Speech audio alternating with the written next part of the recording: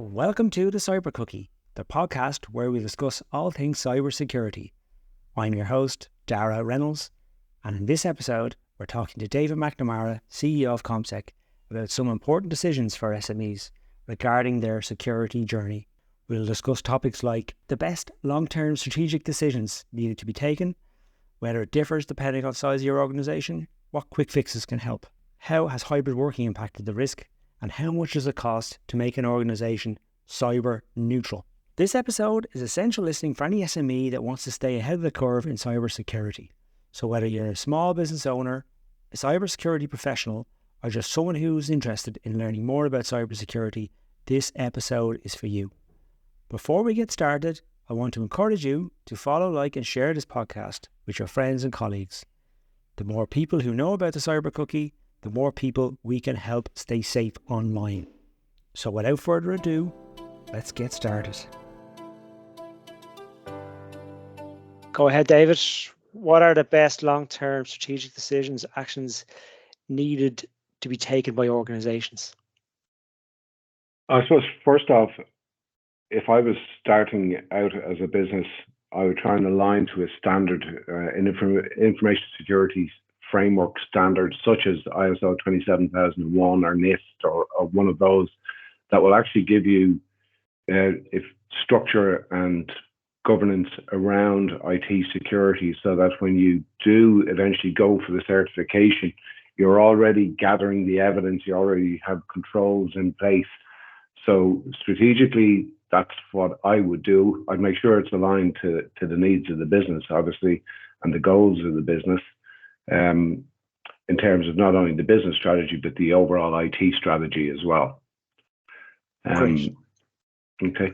They just need to be short because they're 200 to 300 words, the articles. So, yeah. Does it differ depending on the size of the organization? Not really, because it's really about the data you're trying to protect. And it is obviously personal identifiable information or PII. But also if it's financial data, if it's health data, so it really doesn't matter. You know, the controls should be in place for any data you're holding. Would be what I would suggest. Yeah, absolutely.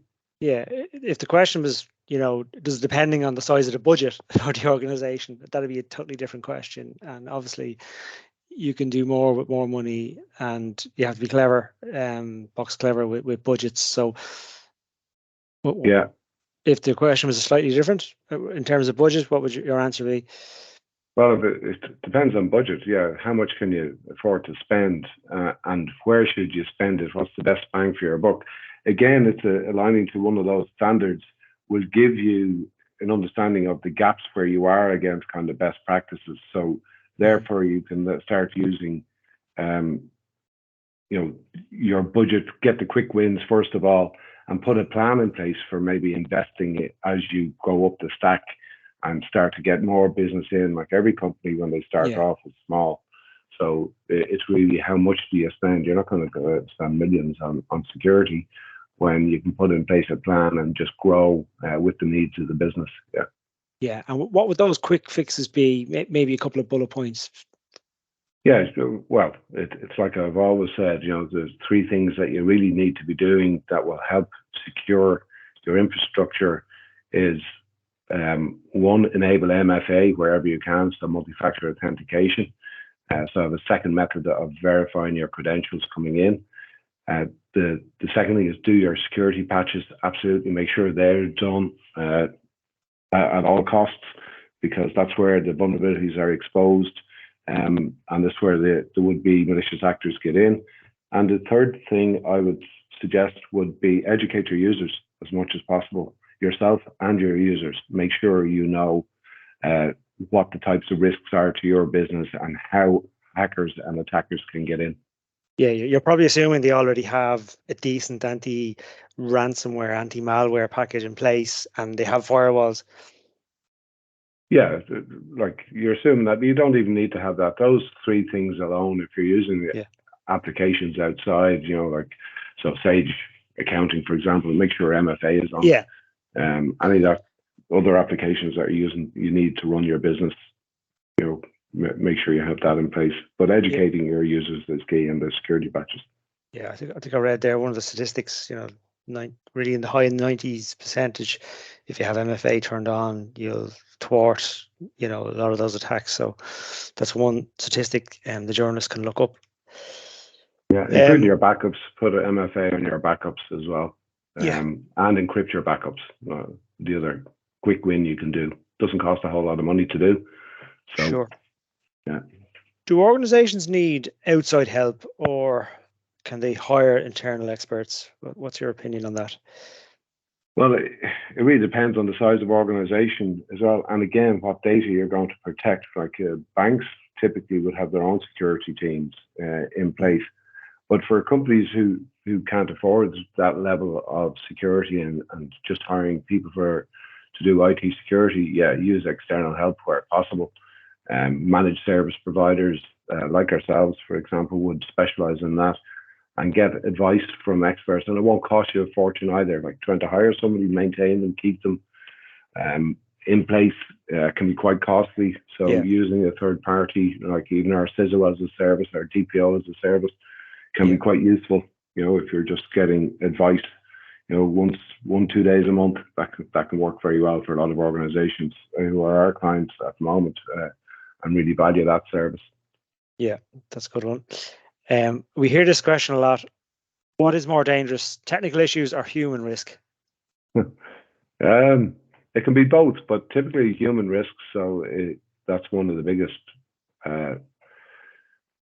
if you like, instigators for malicious actors to get in, is to use, phishing and smishing and other types of techniques to try and get humans to click on links, which they do. So that, again, going back to what I mentioned earlier, educating your users is key, and a consistent approach and measurement around that training is going to be very useful for an organization.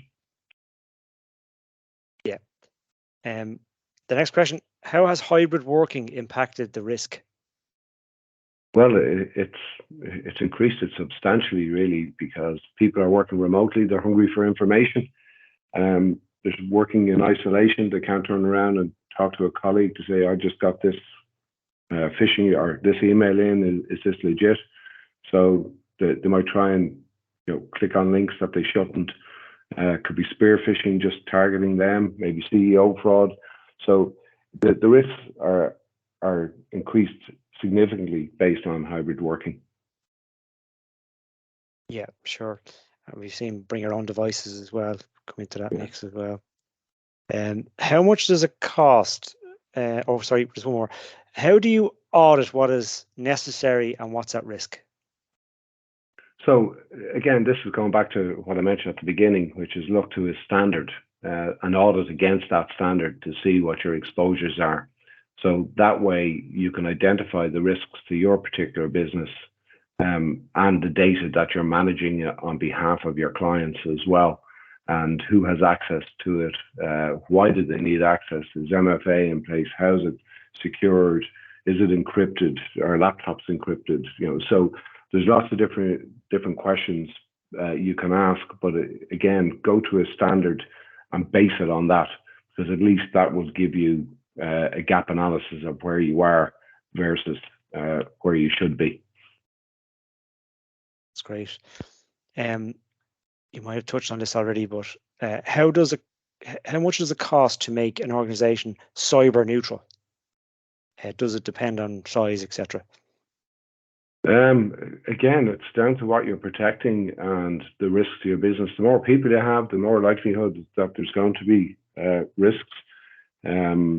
Larger organizations, as we've seen in the press lately, have been hit and hit significantly. Third-party providers have been hit. So there's lots of different mechanisms, ways malicious actors can get in. So it really is how long is a piece of string. You can have all the cybersecurity in the world and you'd still have an exposure. But what you're trying to do is make it as awkward for the cyber criminal to get in and maybe target somebody else and not you. But it's like, with a house, if you don't have an alarm on it, you're at risk. But if you have an alarm on a dog, you're less at risk. So it's what are you going to put in place there? So you're becoming probably more cyber neutral. There's probably no such thing as complete cyber neutral, but you're reducing the risk as you go up the levels of cybersecurity. Yes. And the last one, how important is upgrading strategies each year, in brackets, or sooner?